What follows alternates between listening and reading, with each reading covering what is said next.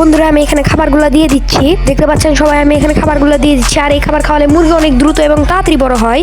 খাবারগুলো আমার দিয়ে নেওয়া শেষ। এখন আমি ঠিকঠাক করে এদের খাঁচার ভেতরে খাবারটাকে দিয়ে দিচ্ছি। আর এই খাবারটা ভিতরে দেওয়া হচ্ছে না, ওরা কিন্তু খাওয়া শুরু করে দিছে। দেখতে পাচ্ছেন কি সুন্দর করে ওরা খাবারগুলো খুঁটে খুঁটে খাচ্ছে। আজকে আমি বলবো আপনারা কিভাবে বাসায় কম টাকায় এত সুন্দর একটা পুষ্টিগুণ সমৃদ্ধ একটা খাবার বানাবেন। তা চলুন খাবারের রেসিপিটাকে শুরু করা যাক। এই খাবারটি বানানোর জন্য আপনাদের 4টি উপকরণ লাগবে। প্রথমে আমি এখানে নিয়ে নিচ্ছি গম হচ্ছে 20 টাকার নিছি। আর এখানে চালের খুদ আছে, চালের খুদও 20 টাকার নিছি। এবং এখানে আছে হচ্ছে ভুট্টা আছে 10 টাকার, এবং সোনালি স্টারটা ফিট 10 টাকার। আর আমি এখন এই যে খাবার বানানোর রেসিপিটা দেখাচ্ছি, এই খাবারটা আপনারা 15 দিন বয়সের পরের মুরগিকে খাওয়াবেন। আর 15 দিন বয়সের আগের মুরগিকে যদি আপনি ভুট্টা গম এগুলা দেন, অতগুলো খেতে পারবে না। আর আমি আমার মুরগির বয়স তো হচ্ছে 1.5 মাস প্লাস। আর আমি এখন এগুলা খুলতেছি। এই যে একটা বয়াম নিচে, এর ভিতরে আমি খাবারগুলো ভরাবো এবং মিক্সিং করব। এর মধ্যে আমাদের ভাড়াটিয়ার ছেলে, ওর নাম আবির, ও অনেক ভালো, আমাকে সব কাজে হেল্প করে। ও আমাকে অলরেডি ভুট্টার প্যাকেটটা খুলে দিছে। আমি ভুট্টাটা ঢালে দিচ্ছি আস্তে আস্তে। তা ভুট্টাটা ঢালে দেওয়া শেষ, ও আমাকে হেল্প করে দিচ্ছে ভুট্টাটা ঢালার জন্য।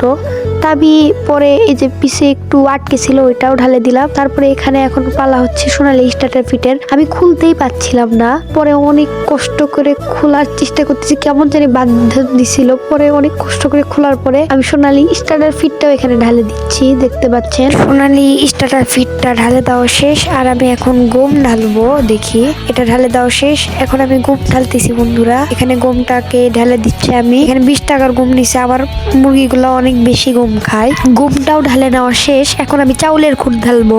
এখানে আবার গম একটু পলিথিনের পিছে আটকে ছিল, সেটাও ঝাড়ে ওটার ভিতরে দিয়ে দিলাম। এখন আমি খুদের প্যাকেটটা খুলতেছি।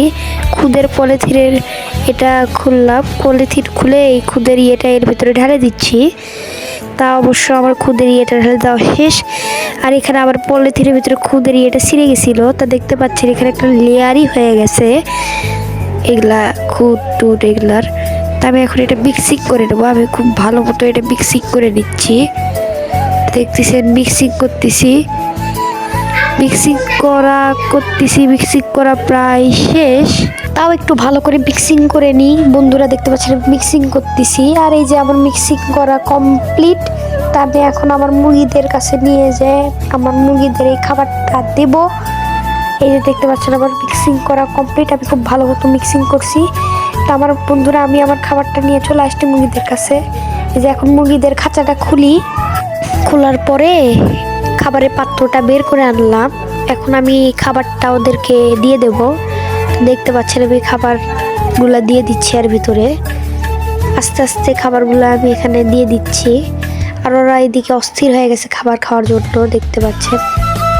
তো এখানে খাবারগুলো ঠিকঠাক মতো ঢালে দিই, একটু বেশি করে দিই যাতে আজকে সারা বিকেল ভরা না খাবার দেওয়া লাগে।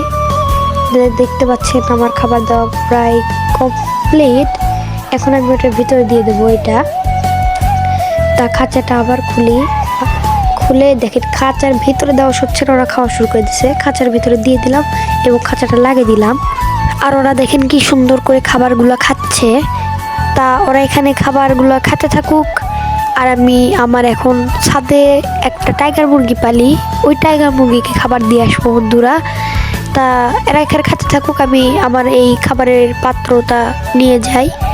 যে আমার টাইগার মুরগি, এই যে আমার টাইগার মুরগি মেহেন্দি দিয়ে রং করে দিছি। এখন একে খাবার দেব।